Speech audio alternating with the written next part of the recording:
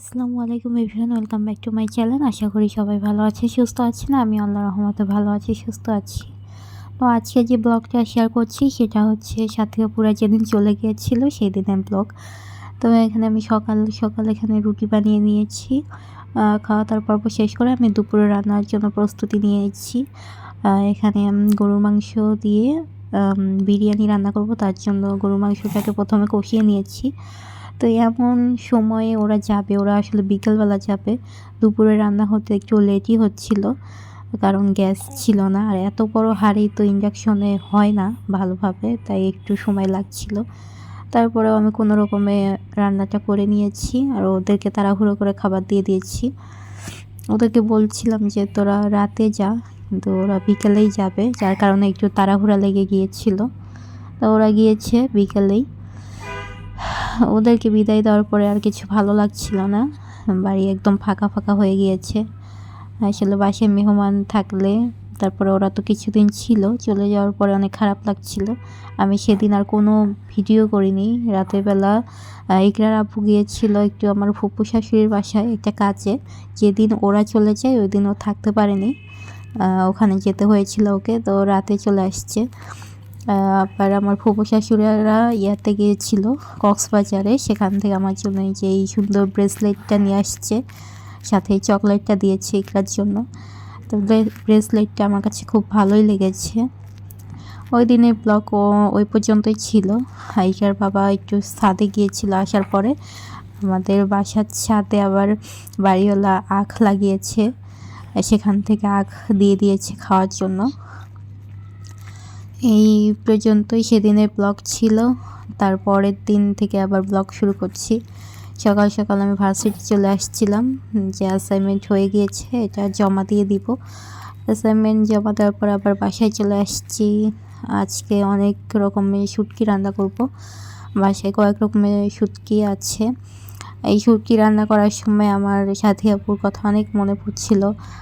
ওই হচ্ছে শুটকি খেতে চেয়েছিল কিন্তু খাওয়াতে পারিনি সময়ের অভাবে। ওরা আসার পর তো ঘোরাঘুরি হয়েছে অনেক। ওই শুটকি খেতে চেয়েছিল, শুটকি মাছ ভর্তা, কিন্তু খাওয়াতে পারলাম না। রান্না করার সময় ওদের কথা খুব মনে পড়ছিল। তো এখানে কয়েক রকমের শুটকি আজকে রান্না করব।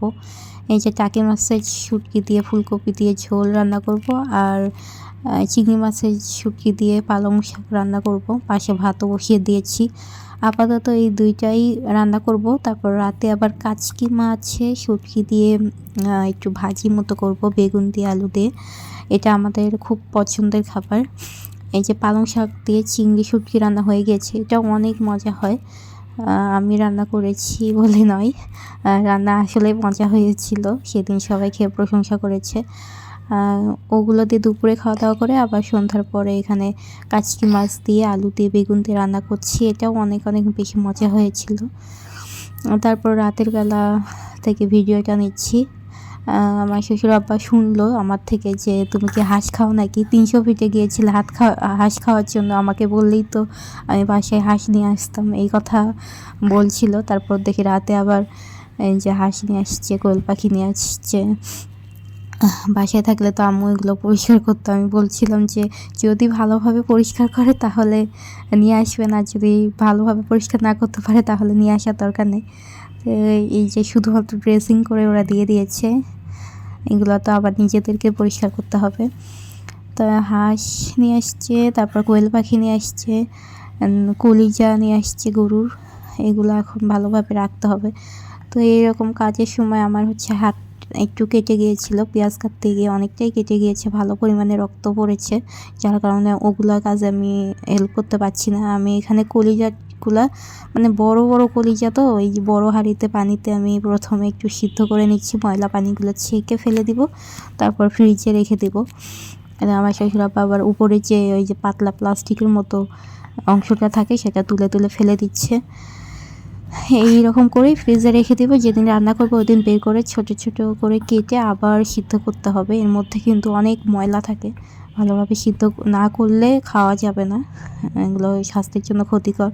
এদিকে ইকরার বাবা আবার হাঁসটাকে পুড়াচ্ছে, যতটা সম্ভব ওই আটা দিয়ে ডলে ডলে পরিষ্কার করেছে, তারপর এখন পুড়াচ্ছে, কি কি যেন করছে। আর এদিকে ওই যে আমার হাতের অবস্থা, পেঁয়াজ কাটতে গিয়ে হাত কেটে গিয়েছে, অনেকটাই রক্ত পড়েছে, যার কারণে আমি কাজগুলো মানে করতে পারলাম না আজকে। তো দেখি কি হয়।